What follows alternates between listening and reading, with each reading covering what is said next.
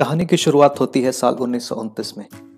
JRD Bharat के पहले flying licence पाने वाले व्यक्ति बनते हैं। कुछ महीनों बाद जेआरडी की मुलाकात ब्रिटिश पायलट नेविल विंसेंट से होती है, जो कि भारत फ्लाइंग को पॉपुलराइज करने आए थे। नेविल विंसेंट ने जेआरडी को एक इंडियन एयरलाइन शुरू करने की सलाह दी। JRD and Neville Vincent together went to Dorabji Tata, who was at that time president of Tata, but Dorabji disagreed।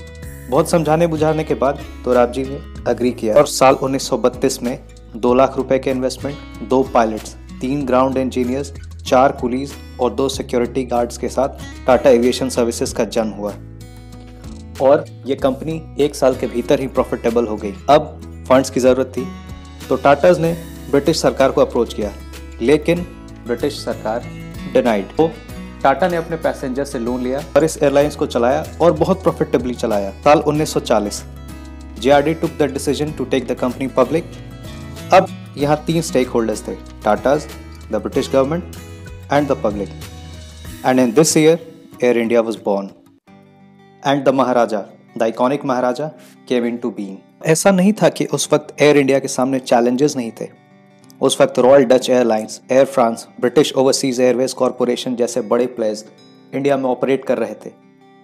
मगर इन चैलेंजेस के बावजूद जेआरडी के लीडरशिप में एयर इंडिया ने एविएशन के सेक्टर में एक बेंचमार्क स्थापित कर दिया था। आज़ादी नज़दीक आ रही थी और जैसे जैसे आज़ादी नज़दीक आ रही थी, जेआरडी के मन में एक विचार परेशान कर रहा था उनको, और वो था नेहरू और कांग्रेस का सोशलिस्ट एजेंडा। सोशलिज्म के हिसाब से हर बिजनेसमैन सिर्फ प्रॉफिट के पीछे भागता है और गरीबों का खून चूसता है। इस माइंडसेट के साथ बिजनेस और एंटरप्रेन्योरशिप करना बहुत मुश्किल था।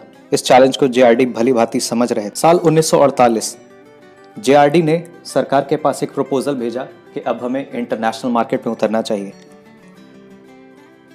उस वक्त देश विभाजन और उससे उत्पन्न हुई परिस्थितियों से जूझ रहा था और जेआरडी को ये उम्मीद नहीं थी कि 10 दिनों के भीतर उन्हें अप्रूवल मिल जाएगा, पर 10 दिनों के भीतर उन्हें अप्रूवल मिला और एयर इंडिया इंटरनेशनल मार्केट में उतरी with 49% stake of government, 25% of Tatas and rest of public. Air India की पहली फ्लाइट 1948 में लंदन के लिए। जेआरडी एयर इंडिया को लेकर इतने पैशनेट थे कि वो कभी भी फ्लाइट से सफर करते तो हर एक चीज पे ध्यान देते, जैसे बाथरूम के हाइजीन, वहाँ के स्टाफ का ड्रेस, वहाँ का खाना। ये खबर जेआरडी तक पहुंचे कि the government was planning to nationalise Air India.